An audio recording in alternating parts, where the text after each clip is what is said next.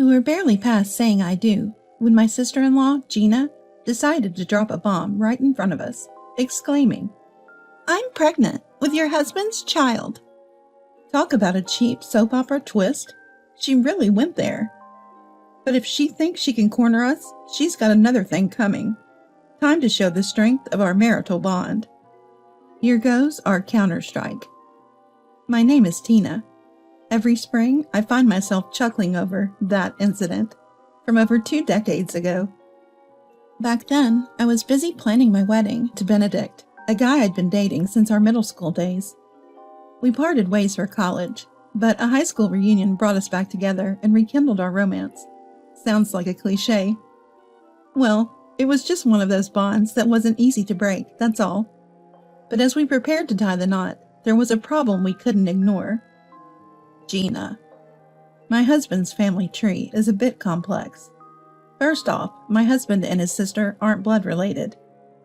Their parents had previous marriages and blended their families when they remarried. For the record, my husband is Marcia's son, and Gina is Miguel's. Sadly, Marcia passed away, leaving my husband with no blood ties to his current family. Yet Miguel treated both my husband and Gina without favoritism, offering a wealth of love, as my husband would say, even more than most biological families might. But Gina, she started off close with my husband, until one day in high school, she decided she hated him because he reminded her of an ex who had dumped her. A truly bizarre reason. From what I heard, my husband's hairstyle back then slightly resembled that of her ex. So my husband changed his hair, trying to be considerate, only to be told, "A guy who fusses over his looks that much? Absolutely not my type." And that made her disdain for him even worse. To be toyed with over a hairstyle? What a sorry state of affairs. Nevertheless, Miguel hoped for sibling harmony. I get it. My husband understood Miguel's wishes and tried to mend fences time and again, but things just never improved. So naturally, we agonized over whether to invite her to our wedding. Out of respect for Miguel, we should.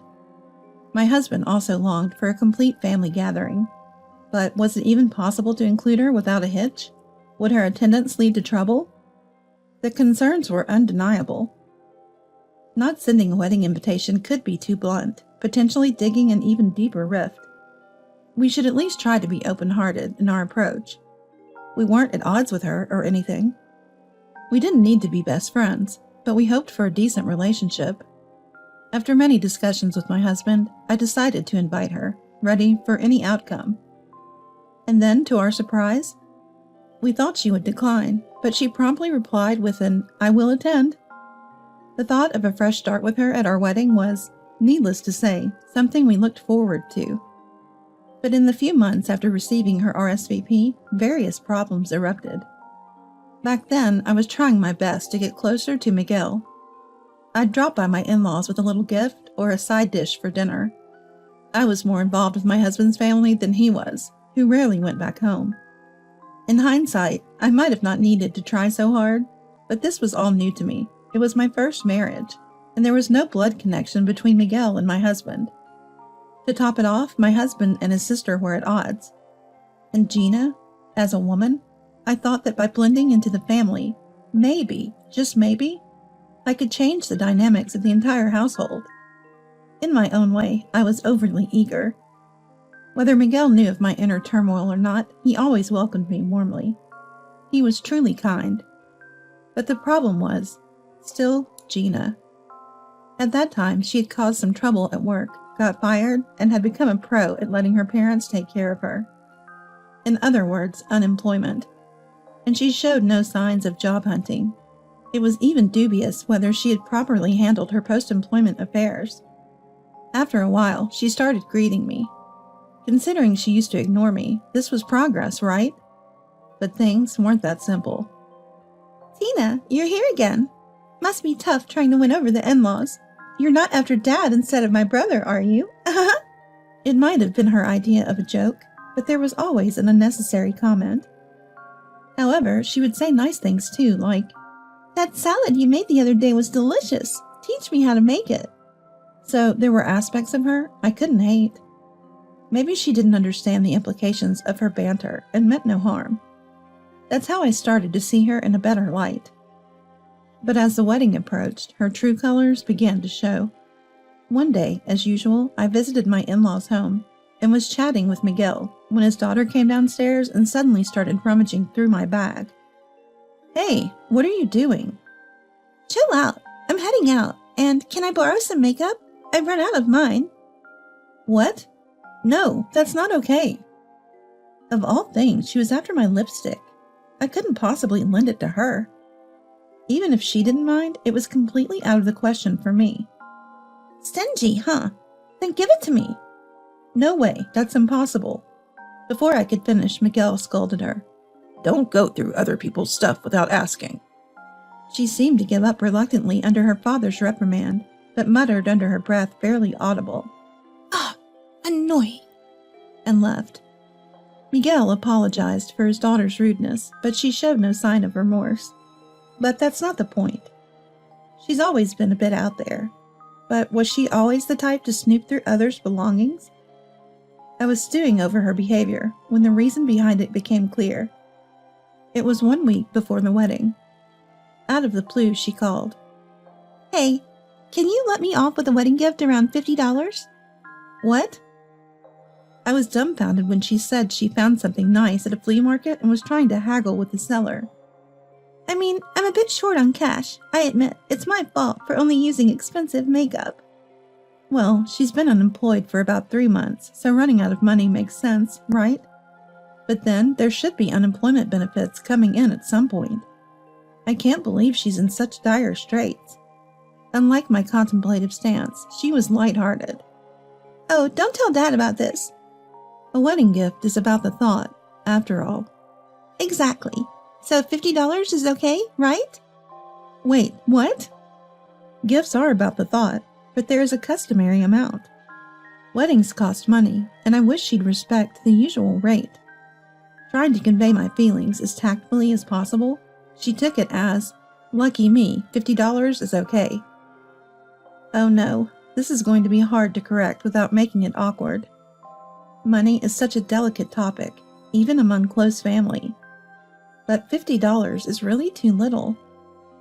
I hate to say this, but can we make it at least $300? I asked hesitantly, feeling a bit anxious. Her response was outrageous. "What? Then I won't attend. It's just my brother's wedding anyway." "Wait, hold on." "But I don't have the money. If I have to choose between money and my brother's wedding, money is obviously more important," she declared. I just wish my husband could have been here. Unfortunately, it was just the two of us. Given the outrageousness of the situation, I really wanted to say, "Well, that's too bad, we decline your offer too." As the wedding approached, I had hoped that my husband and she might reconcile. Would my actions now end up saddening Miguel and my husband? After hesitating, I said something I didn't mean at all. "Then $50 is fine." Even though it was the spur of the moment, I was frustrated by my own weakness. She hung up the phone cheerfully without a word of thanks, saying, "Really? That helps a lot." I was left with nothing but emptiness. Can't she at least say thank you? I felt ashamed of my own poor judgment for thinking I could trust her a little. I no longer had any clue about her true nature. I hadn't been able to bring myself to talk to my husband about her wedding gift before the day of the ceremony. And then the big day arrived. Being the bride was more hectic than expected. I was busy from morning. It's busier than I thought, despite all our planning. I thought when I saw Gina off to the side in a corridor of the lobby. Despite my mixed feelings about the gift situation, I was glad she had come. Just as I was about to approach her, her angry voice filled the air. "That's what I'm saying. I'm not satisfied." "Not satisfied? But that was the deal from the start." "Why is it always me who ends up feeling shortchanged?" Gina was trying to stop a man named Mon from walking away. Should I not have come closer? As I looked on confused, Mon gave me a forced, congratulatory message. "Congratulations on this occasion." He was a friend of my husband and a guest at the reception. Why were Gina and my husband's friend arguing on our wedding day? What was their relationship? He hurriedly said, "Well, see ya," and left. The awkwardness lingered. Just me and her left standing there. "Hey, what's going on with you and him?" I couldn't help but ask her. "It's nothing. Leave me alone." She walked away in a different direction than the man. My husband had seen the entire scene from a hidden spot. "Hey, you haven't forgotten that today is supposed to be our special day, have you?" Confused beyond measure, my heart remained in turmoil throughout the wedding, feeling like I had witnessed something I shouldn't have. The ceremony itself went well, fortunately without Gina causing a scene or anything of that sort. The next morning, I was expecting a lovey-dovey start, typical of newlyweds, but reality hit with the jarring sound of the doorbell. Miguel was on the intercom yelling with an intensity I'd never seen before. "Get out here, quick." "What's the matter?" My husband and I exchanged a look, braced ourselves, and opened the front door. "Yes?" Greeted by my husband, Miguel's anger ramped up. "What on earth have you done?" "Huh?" Miguel, practically on the brink of tears with rage, glared at my husband. "I'm pregnant with your husband's child. Here's the ultrasound picture." Gina brandished a photo and shouted. "Huh? My husband's child?" I automatically looked at him, and he shook his head vigorously, more shocked than I was, denying it. Mouthing wordlessly, he stammered. That what?" Yesterday. Ah, now it makes sense. Understanding dawned on me, and I nodded involuntarily. My husband nodded back. It seemed my understanding had translated to him as well. Yes, we both remembered the heated argument between Gina and my husband's friend at the wedding, guessing the tangle in their relationship. Should we set a little trap? My husband strongly nodded to my suggestive glance. He would surely get my attention. Miguel, suspecting our eye contact, challenged. "What are you two whispering about? What are you planning to do? Divorce Tina and prioritize your family? You have a child to raise." Miguel was fuming. Well, if this tale were true, his reaction would be justified. So shall we, a couple in sync, pull off a bit of a sketch? "You two? You never broke up?" I muttered in a fading voice, and my husband apologized softly. "Sorry." "Good job, my husband. He got the whole message." At our exchange, Miguel exclaimed. "What? Break up? What do you mean? Gina told me she was being forced into the relationship. She said she hated you because you resembled an ex, but that was a lie, and she grew to hate you because you were forcing yourself on her." She looked confused, uncertain how to respond to the turn of events. Ah, I see. She crafted a narrative where she was coerced into a relationship by my husband. Her goal must have been our divorce. Yet the sketch my husband and I are about to perform is a far cry from the scenario she anticipated. Life doesn't always go according to plan. Now it's time for our counterattack. "My sister and I have been in love since we were kids. You said I resembled your ex, but surprise, that ex is actually me." My husband delivered a splendid assist, fully tuned in to my feelings. We dated in middle school, but we broke up in high school after he realized our relationship. We reconnected at the reunion, and since he said he was single, I took the leap into marriage. To be betrayed like this? It's unbearable. Following my husband's lead, I continued with an impeccable act. Miguel, completely unaware of our marital farce, exclaimed, "This makes no sense. What in the world is going on?" I raised my voice in feigned anger. "My husband. He lied about breaking up and got engaged to me, all the while still dating Gina. He's been cheating the whole time. This is outright infidelity. I can't stand it any longer. I'm getting a divorce, and I'll be expecting compensation from the involved parties." Miguel was at a loss for words. His head hung low.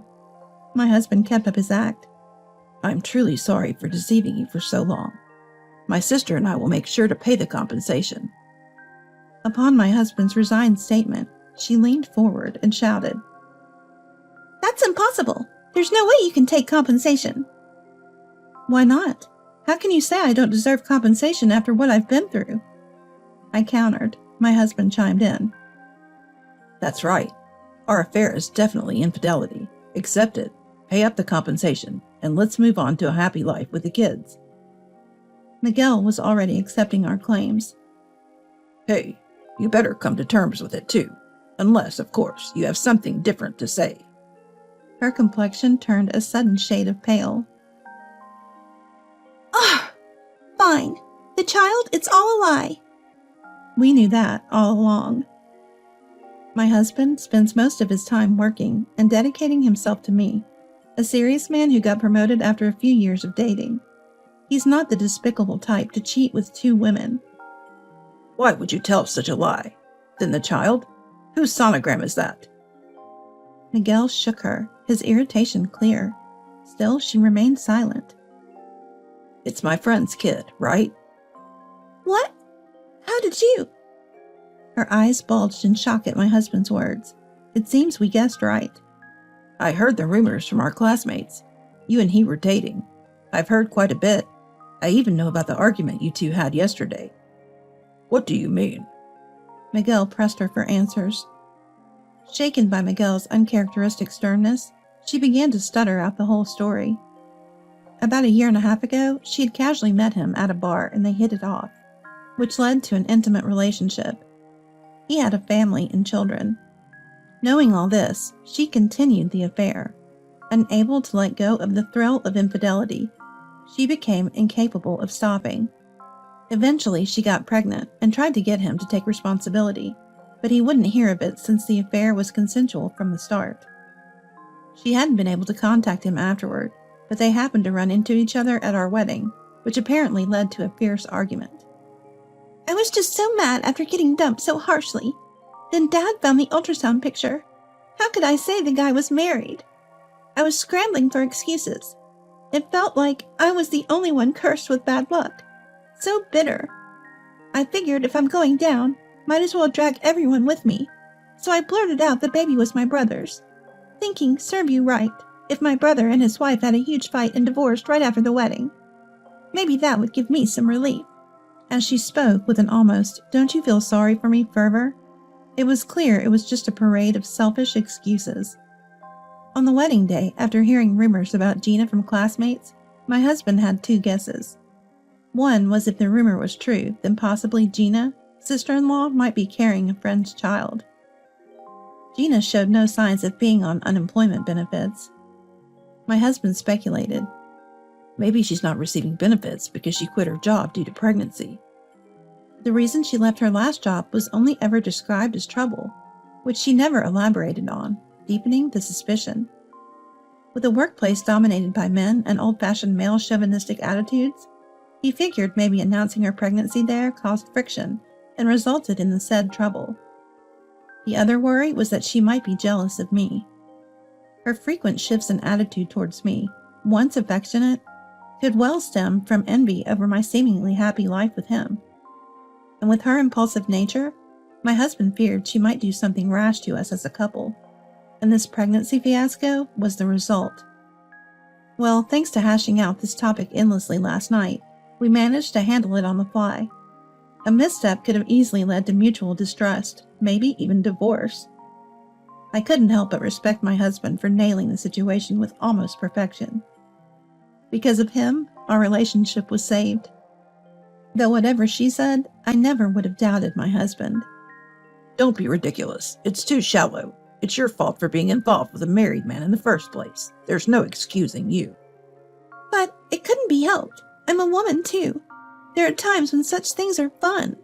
Gina, yelled at by Miguel, couldn't help but tear up. Yet everyone in the room thought her excuses were baseless. I'm sorry, brother. I apologize. Please forgive me. No, I won't forgive you. How many married people do you intend to make unhappy? This is just too much. Even if she's my daughter, I can't forgive this. Dad, too? Of course. In the confusion, you deceived Dad as well. What? Gina looked surprised for a moment, then, realizing her mistake, quickly said, I'm sorry. She might have intended to blame the trouble of lying about my brother being the father on us. But she didn't realize she had also deceived her beloved dad. Grasping the gravity of the situation, she collapsed on the spot, crying inconsolably. Miguel offered an apology with, "I'm so sorry." Gina also apologized through tears, but Miguel was relentless. "Don't cry. Take me to the father of that child in your belly right now," he demanded, making Gina stand up. What? What are you going to do? "Apologize to his wife, and let's take responsibility properly. This can't go on." No. You mean paying compensation?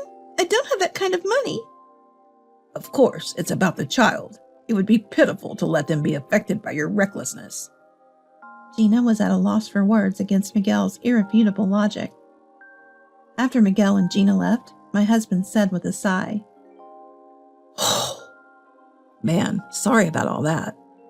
No, it's okay. I never imagined she would come up to us claiming to be pregnant with your child. "Thanks for believing in me." Of course I do. Hey, should I have scrutinized the ultrasound picture just to be sure? "Oh, give me a break." He replied with a chuckle. We laughed it off, thinking that, despite the mess, perhaps it was an experience that strengthened our bond as a couple that morning. Later on, Miguel visited the man's home with Gina to apologize to his family. He was served with divorce papers by his wife, who also demanded child support, alimony, and distribution of property. Gina was also sued and had to pay compensation. It turned out that for Mon, Gina was just a fling. There was never any marriage on the cards. Ultimately, the child Gina bore was adopted by Miguel's niece, who hadn't been blessed with her own children. The niece's family was financially stable and cared deeply for the child, who is said to be living happily. Miguel occasionally visits, forging a bond with his grandchild. On the other hand, Gina, unable to forget the thrill of her infidelity, got involved with another married man and was promptly discarded. After finally finding employment, she was fired and is now working part-time. Having been sued for compensation twice, she's now juggling day labor and part-time jobs to make the payments. A dire situation I heard about from Miguel. Since Miguel has disowned his daughter, only God knows the kind of life she's leading now, but bad habits are hard to break. As for us, we were blessed with 2 daughters, and our youngest will finally reach adulthood next year. Our eldest daughter became a physical therapist, wanting to do work that helps people. Perhaps because she was so attached to her sister, our youngest has decided to pursue nursing, chasing after her sister's example and working hard every day. They both assure us that they've got our future care covered, which spurs myself and my husband on to not rely too much on our daughters. Lately, we've been hitting the gym to stay in shape.